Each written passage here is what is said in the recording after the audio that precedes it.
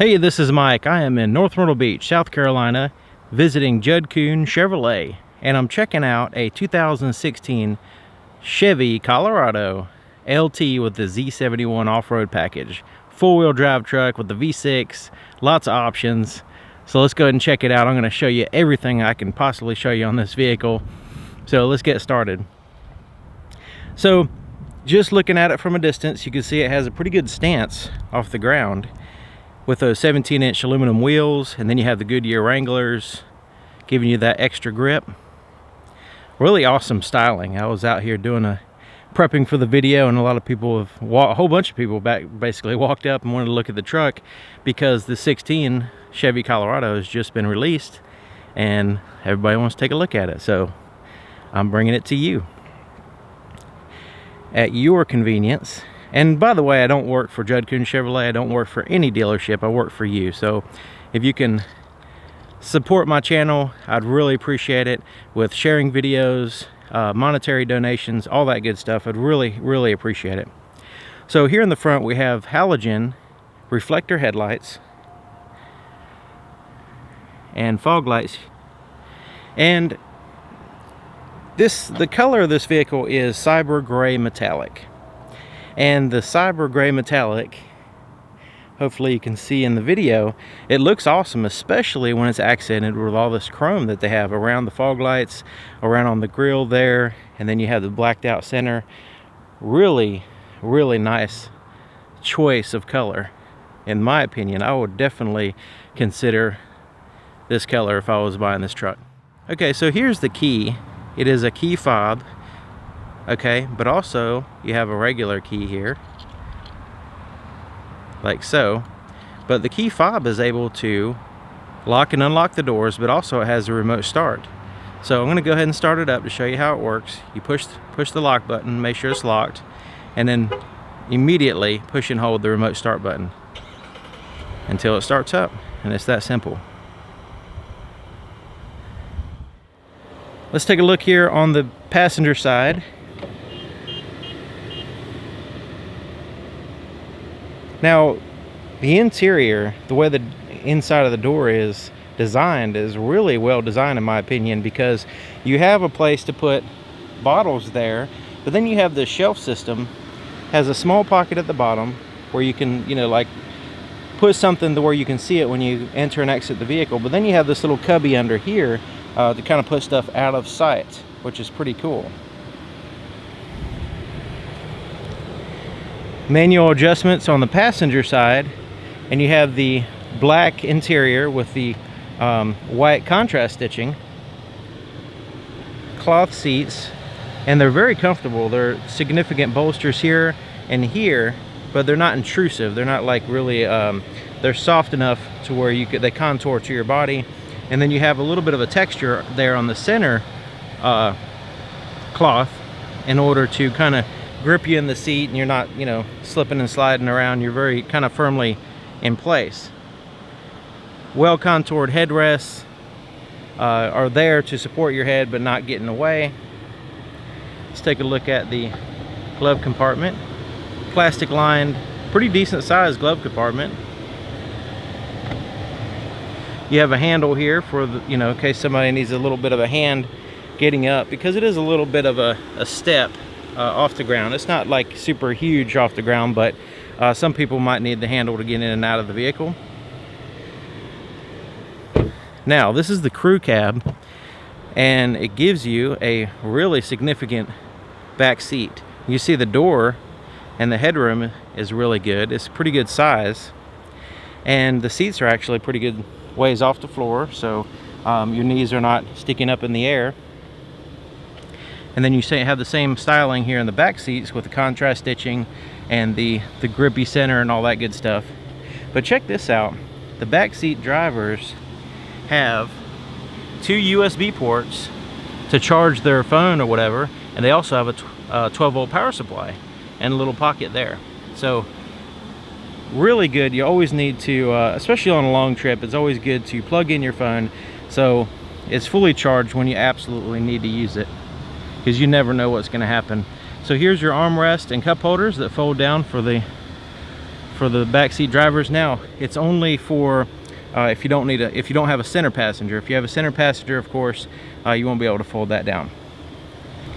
So the seat lifts up and you have some storage space under the seat, a little pocket there on the edge, and then you have this area here where you can put stuff. And I'll show you that on the other side. It's a 60-40 split, so you can have a combination, like say if you need to have somebody sitting there but then you need to access something on this side, you can do that. And there's the latch to raise and lower the seat. They also have their own little tap lights back here, so in case they need a quick light, they don't have to turn on all the lights inside the vehicle. They can just turn one on for themselves in case they want to read a book or something while you're driving. So let's take a look back here. Really awesome looking truck. I like the way the stance of the vehicle, I like the just overall looks. You have the wheel wells that kind of extend out, the fender flares, I guess you can say. Okay, so here's the back, and the back of the truck has some really cool functional features, and they kind of blend in. So you can see it has the towing hitch here, and then you have the 7- and 4-way plugs for your trailer, which this vehicle can tow up to 7,000 pounds, which is amazing. And then you have this little thing is for your lowering your spare tire, which is under here. You can also buy a lock that covers that up so people can't steal your spare tire if you want to do that number. Okay, so it does have the backup camera, which is kind of hidden back here. There's a little lens. Now this is a locking tailgate, and the tailgate easily goes down. So I'm just gonna lift it, do one finger, and it slowly goes down. It doesn't slam, it doesn't do anything like that, and it's assisted going back up, which is really awesome. Now the tailgate's removable, so you can see you can slip it out of the hinge there if you need to, remove it in case you're working and you don't want the tailgate in the way. So that's one of the reasons why it's a lockable tailgate, so nobody steals your tailgate. So now that you have the tailgate down, if you wanted to enter the back of the truck, it's as simple as stepping on this little step here. So you have a step on both sides of the bumper. So you can enter the back, you can get up in there a lot easier with that step. And also they contour this hole here a little bit to where your hand can, you know, kind of get a good grip there. So you just put your foot there, put your hand there, and you can get right up in the truck. And I'm doing that one-handed. I have a whole camera rig in my other hand. So you can see it has the spray and bed liner with the tie downs here.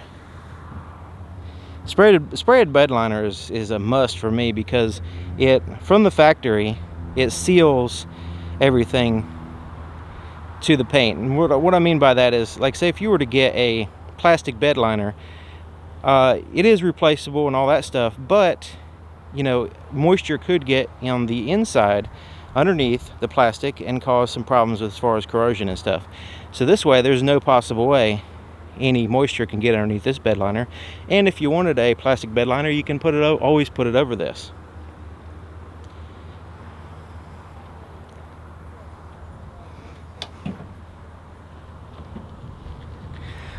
So getting down is almost as easy as getting up, even with a camera in my hand.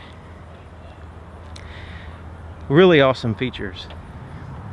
They should have done that years and years ago. That's the best thing for tailgates.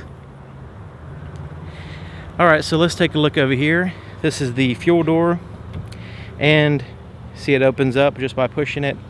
And you can see the cap has this little tether, and there's a little place to hang the tether so your cap can hang away from your paint and not dangle down and scratch it.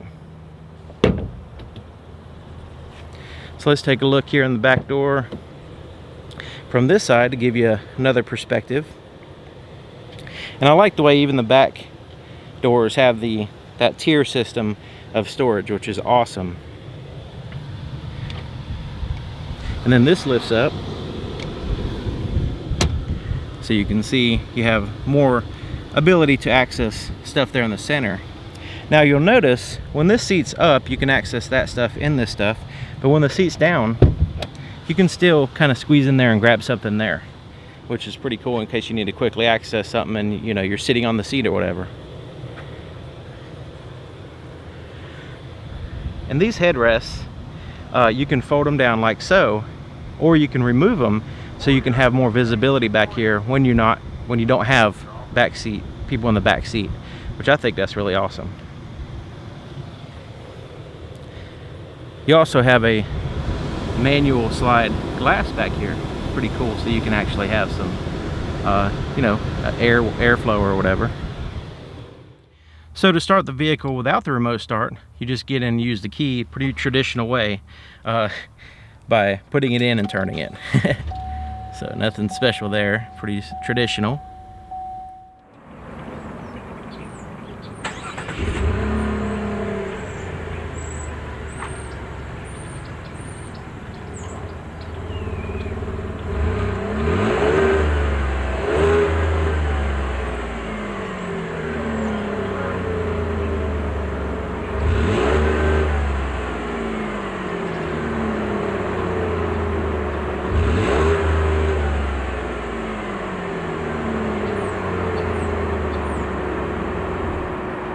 So let's take a look under the hood. So to open the hood, just a little bit to the left of the bow tie here, underneath the hood, on the bottom is a little latch, and you move it to the right. It's right there. And it lifts right up and it'll stay up by itself. Takes almost no effort. And so it's covered up with plastic, but under that plastic, you gotta trust me, there is an engine. It's a 3.6 liter V6 with 305 horsepower, VVT direct injection system engine, which is pretty awesome. Pretty awesome as far as power. I mean, 305 horsepower, that is tremendous for a truck this size, and giving you up to 7,000 pounds in towing. That's just great. It's paired to a 6-speed automatic transmission that's super tight, gets you right in the right gear ratio right when you need it. So if you're not familiar with VVT or direct injection, you can check out one of my videos called Ask the Engineer Student. He explains what VVT is. Direct injection is the ability to basically pre-mix the fuel and air mixture and have it right there ready to be injected into the cylinder at a faster rate. It's faster, but it's also more precise, and that way you have the engine has the ability to burn the fuel more cleanly and not have extra fuel that hasn't been burnt. It's a little bit more involved with that, but that's just kind of a quick, easy explanation.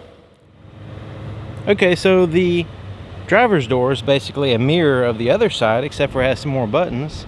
We have a child lock button, so if this button is pushed, it will disable the interior door handles on the back, so that way kids can't accidentally open the door while you're driving. You can also lock out the rear windows, so the power windows will not be, you don't want kids to play around with the windows either. You can lock that as well. So your power windows are here. You have control of all four. The front two are one touch, automatic up and down. You just push it one time, it goes all the way up. So your side mirrors are controlled with this system here where you choose a side, left or right, and then you can adjust it with this little pad. And then you have your door locks there. Premium Bose sound system in this vehicle. Sounds awesome. So you have one of the speakers there on the door that's part of that system. So the driver's seat is partially powered, and then the back, the tilt, is actually manual here. But this is like a dentist chair. It's amazing the amount of versatility you have. It goes really high up and really far down and forward and back and all that stuff. It's very comfortable. You can really get the right seating position that you want, unlike some seats. So your dimmer switch is here for your interior gauges. Here's your headlight switch. It does have the automatic option, which is really handy, and then you can turn it off if you want to, like so.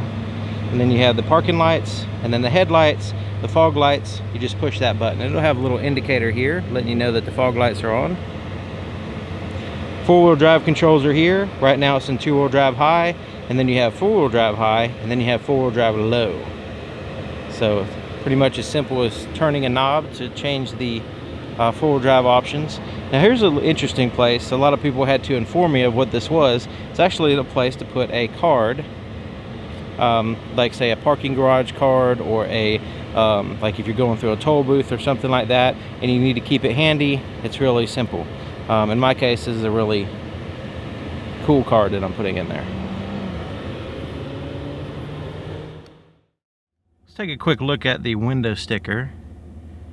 2016 Colorado. Just want to kind of give you a glimpse of it so you can kind of get an idea of the pricing and features of this vehicle. Of course, you can use the pause button to get more details there.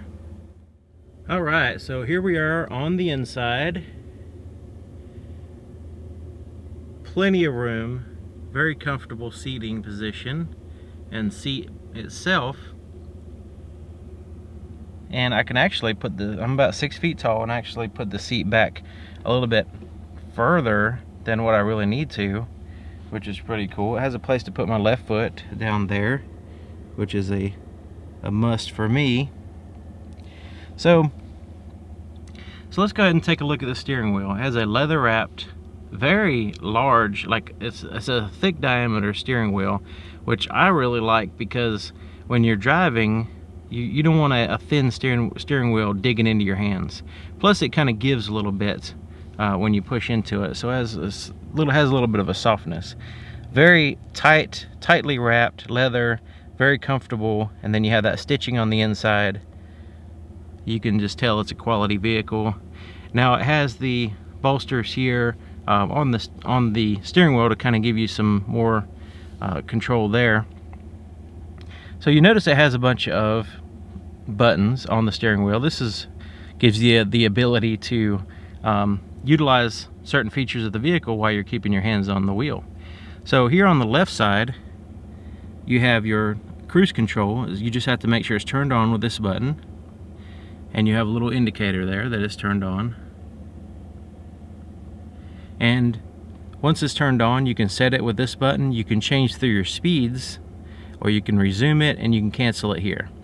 It's pretty simple, basic stuff that, you know, basically it's just like any other cruise control. It's just in a real simple, easy to use configuration. So on the back of the steering wheel, you have these, kind of really can't see them. Let's see here if you can see them there. Yeah, it has these buttons on the back of the steering wheel, and here on the right, when you push the buttons, it turns up the volume. So you have a volume there on the right, and then on the left you can actually change through your stations or whatever it happens to be you're listening to. So that way you can, you know, adjust the volume and change, you know, adjust different things on the radio while keeping your hands on the wheel. But check this out, you can actually send and receive phone calls right here on the steering wheel by pushing this button. This is a voice recognition button, but it's used to answer calls and receive and make calls. You can hang up right there. So you push this button and you say, call Lee Forrest. If Lee Forrest happens to be in your phone book, which I suggest he should be, and I'll leave his phone number in the description, you can push that button and say call Lee Forrest, and it'll call him right up at Judd Kuhn Chevrolet. So if you want to answer a call, if somebody's calling you, you could basically, even if you have the radio playing, it'll dim out the radio. You push that button and it will answer the call, and you just start talking. There's a microphone right up here, right above your head, that's very clear, and a lot of people can't even tell you're actually driving on the road, on the highway, when they're talking to you. It's really cool. So really cool feature. It helps you stay productive and answer calls, make calls while you're driving, so you're more productive, and you're doing it safely because your hands are on the wheel and you're not fumbling around with any kind of controls or anything. It's a very simple one-touch system. So you've got these buttons on this side, the arrows and the check mark, they correspond with this screen between the gauges. which we'll look at that in just a second. Here on the left side, you've got your turn signal switch, and then you have your windshield wiper controls there. And check out the gauges. You've got your RPMs there on the left, very easily read because you have the black background. I know there's a little bit of a glare on the camera, but it's really easily seen. The black background, and then you have the colors popping through. The numbers are really easily discerned. So you have your speedometer that goes up to 140 miles an hour there on the right, and then you have your fuel gauge here on the top left, and your temperature gauge there on the top right for your engine. Now the fuel gauge, you notice it has this little fuel pump, and the fuel pump has a little arrow facing to the left, telling you which side your fuel door is on, so that's convenient when you go to the gas station. Okay, so this center screen, you notice right now it has your the digital compass there at the bottom left, southwest, that's the direction the vehicle's facing. And then you have the odometer where it says 10 miles, and then your what gear you're in and everything. But you notice right there in the center it says miles per hour, and it has a digital speedometer. So, and you notice it has this little scroll bar here to the right. So I'm going to scroll down just to show you that it has other information besides that. So scrolling down, it gives us your average fuel economy in your trip A. So trip A, 10.5 miles, average fuel economy 4.4 miles per gallon. Of course, that's skewed because it's just not really driving much other than just around in here in the parking lot. Scrolling down gives you trip B, so basically same thing. And I like the way it just not only just gives you the miles that you've traveled, but also your miles per gallon average. That's awesome. Scrolling down again gives you your fuel range, how long you can drive, estimated how long you can drive before you have to get fuel.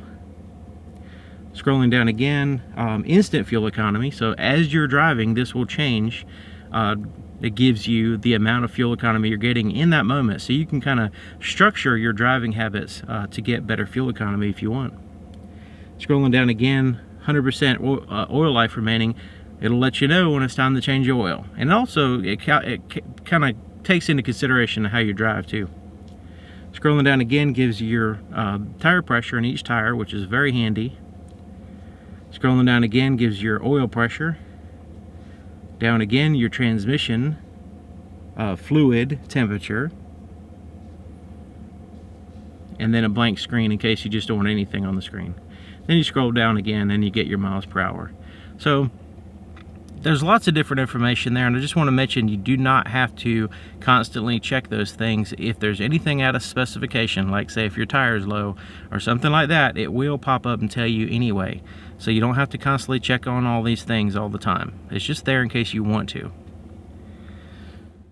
So up here we have this little Bose badge with a speaker up here on the dash right above the center stack. Plus there's this little pocket. It's really hard to show you with my camera the way it is, but there's a little pocket right here for putting your sunglasses or a pencil or whatever you want there. Really handy, but it has to be something that's not going to be affected by the sun if you leave it there all the time, because it does get very hot on a dashboard of a car when the sun's shining on it. Okay, so here's your 8-inch touchscreen. Very, very high quality, high resolution, vibrant color touchscreen, as you can hopefully tell in the video. So you can see it's hot today. Outside temperature is 92 degrees and like almost 100% humidity, so it's a hot day. 4:06 p.m. There's your time. So you have these icons similar to what you would see on your computer, where you have little buttons to push. So the first one I'm going to go to is the radio. And what's cool about the radio is you can play music through it, not only on AM, FM satellite radio, like so, but you can also play music through different media sources. So to give, well, right now there's nothing there, but just to give you an idea, you can play music through a Bluetooth audio. You can play music through USB drive or a auxiliary input, which happens to be down there, which I'll show you that in a few more minutes. But there's lots of different ways of playing music through the sound system. You don't have to rely on like a CD or the radio. And you notice this vehicle does not have a CD player, because CD players are going the way of the 8-track and the cassette player. They are out of date. They've been obsolete for at least 10 years now. So if you're still using these CDs, it's time to go ahead and transfer those to digital files, and you'll be glad you did. Okay, so let's go back to the home button here so we can go over to the phone. And the phone, once you pair your phone, which only takes like a few seconds, it's really easy. You have access to your contacts, recent calls, you have a keypad, you can even check voicemail and stuff like that. Then you always have these quick access icons there in case you need them, but I like to use the home buttons so you can see. Now, projection. Now this is a very interesting button because this vehicle has the ability to use Apple CarPlay, but in the near future they will upgrade it. They'll be able to upgrade it to where it can use Android Auto. So once you pair whatever system they use in the future, it's going to change that icon to match whatever you have. And also, of course, you have to have the application on your phone and all that good stuff for it to communicate. But this is, Apple CarPlay and Android Auto, and connecting the connectivity to your cell phones in a more sophisticated way is kind of trending now. So we'll see what it looks like. But anyway, that's what the whole projection is, to connect to different devices. So navigation right now it's at night mode because I have the sensor covered up with the shade here. But anyways, hopefully you get the idea here. Let's go ahead and zoom out a little bit so we can get a little bit more context. You can see the ocean over here, and then the roads and everything. But it's really easy to see, and at nighttime you don't want it blaring in your face. That's why it dims it out, and it makes the background black when you're close up and focuses on the roads and not anything else. So you can put in specific destinations, it'll take you there. It's really easy and intuitive to use, system to use basically. So let's go back home. There's tons of settings you can go into. I mean, like a million of them. Pandora is an internet radio service. In case you want to use that, it does have to be paired with your cell phone, which the app has to be on there as well. Weather, this is pretty cool. So let's check this out. This is an hourly forecast here. You can see it's going to get kind of messy later on. You also have a 5-day forecast, and you can see it has little icons that are really neat looking, easy to read. And you can also check your weather en route. So like, say if you have a certain destination set and you're headed that way, you can check on the weather where you're going, not just where you're at, which is awesome. All right, you can also change the location. But texting, once you pair your cell phone, you'll be able to do a voice to text type system, type ability, to where you can choose different replies if somebody texts you just by saying the command instead of getting out your phone and pushing buttons and being unsafe. All right, plus you have OnStar, and then you can get some traffic information, which is pretty cool. But I think you get the general idea with the touchscreen. Very easy to use. It has a icon system just like everybody's familiar with on computers and also cell phones. Little icons there, little buttons. So really easy to use, lots of information. So on the radio, you have your volume button for your radio. Change through your stations there. You can always go to a menu there with a button. And then of course you saw the home button, which takes you always back there. And quick radio and media buttons if you need to do that, and then change through your stations or whatever, or tracks. Down here is your climate control. So this is very simple. Your fan speed, your temperature over there, where you want the air to blow, and then you have defrosters front and back, and then the recirculation button and the air conditioning button. Just want to mention something about the recirculation button.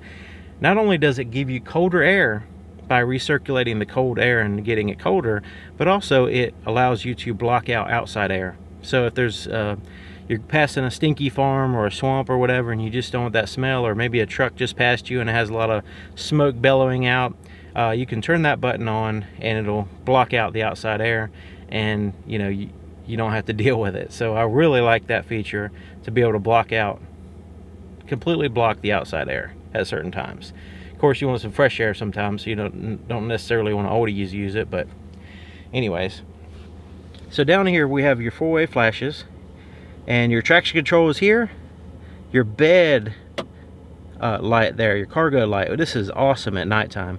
If you are loading up something and you need to get something out of the back of the truck, this is really awesome to illuminate the entire back of the truck, the bed of the truck. It's a light that's on the top of the back of the cab that it just shines down and really does a good job of illuminating everything.